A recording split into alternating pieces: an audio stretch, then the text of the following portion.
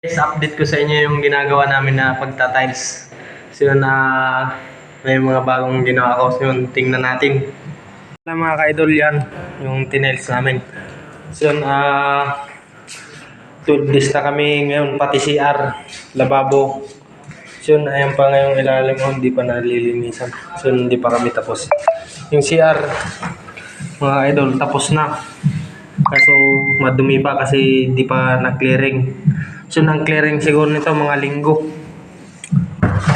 So, tingnan natin yung kabila. Yung sa ginawa ko. 6 na unit mga idol. So, ito yung ginawa kong tiles. Ang ganda sa flooring yung pagkagawa ng tiles. So, nang tingnan natin ito. Yung mga siruho. Yan na lang nilagay. Yan. Kasi sabi nung boss, nagtitipid daw sila ng tiles, yun ganyan na lang ilagay sa ilalim ng lababo. So yan yung CR, okay na din pero linisan na lang. Yung kabila mga ka-idol, tingnan natin. Kasi 6 nga to mga ka-idol. So yun, may ginawa pa ako dito mga ka-idol. Ito, yan na naman. May butas pa ngayong gitna. Okay lang daw yun. So yan din yung CR mga ka-idol. Ito, pang 12 days ngayon mga ka-idol kasama ang bubida. Update ko pala sa inyo yung bubida yan. Kasama na yun sa 12 days. Kasi ito yung tiles nya. 3 days lang yung bubida, 6 na unit mga ka-idol. So ito pa yung ginagawa ko mga ka-idol kaya medyo makalat. Hindi ko pa nalinisan din.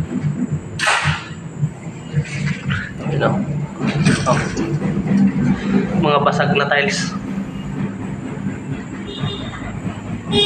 Yan din mga ka-idol, oh. Yan.